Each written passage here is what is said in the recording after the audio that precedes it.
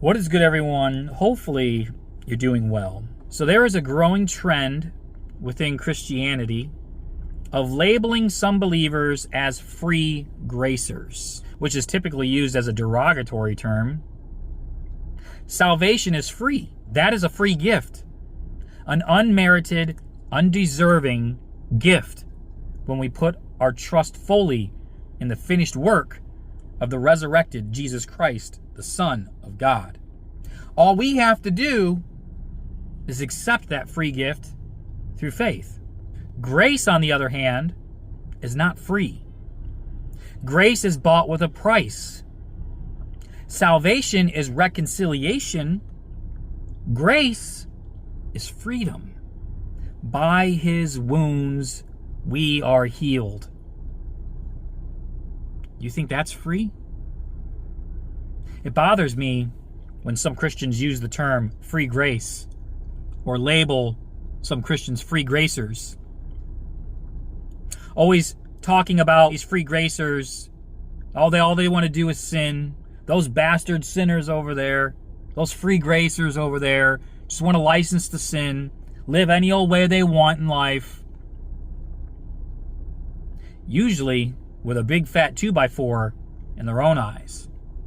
Unaware of their own self-righteous pride.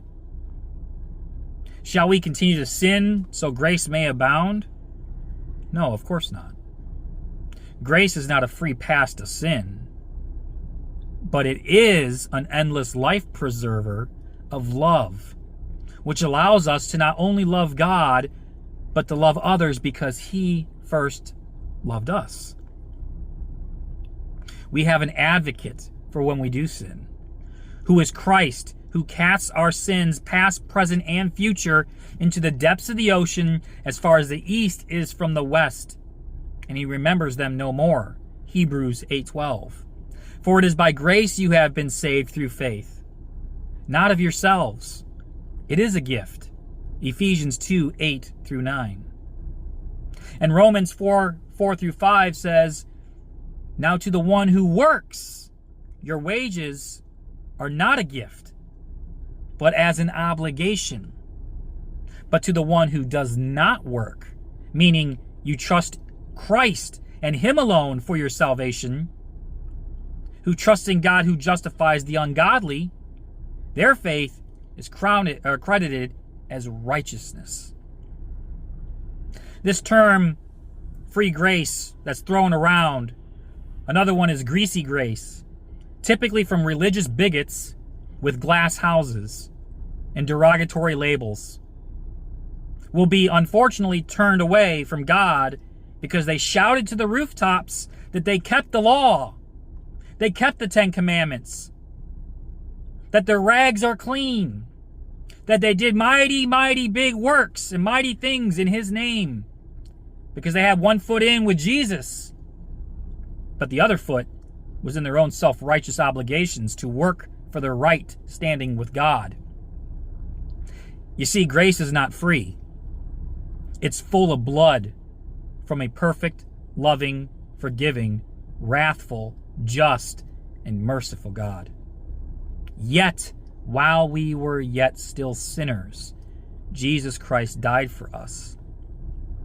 Jesus told Paul, my grace is sufficient for you. It's enough for you. It will sustain you. For my power is made perfect in your weakness. So I will boast more gladly about my weaknesses, so that the power of Christ will rest in me. We have nothing to give but our own hearts. There is only grace now.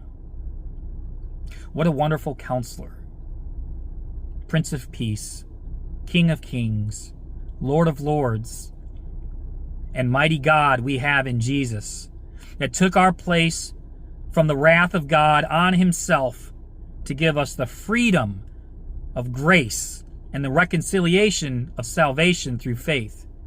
So there is no free grace, but who the Son sets free is free indeed.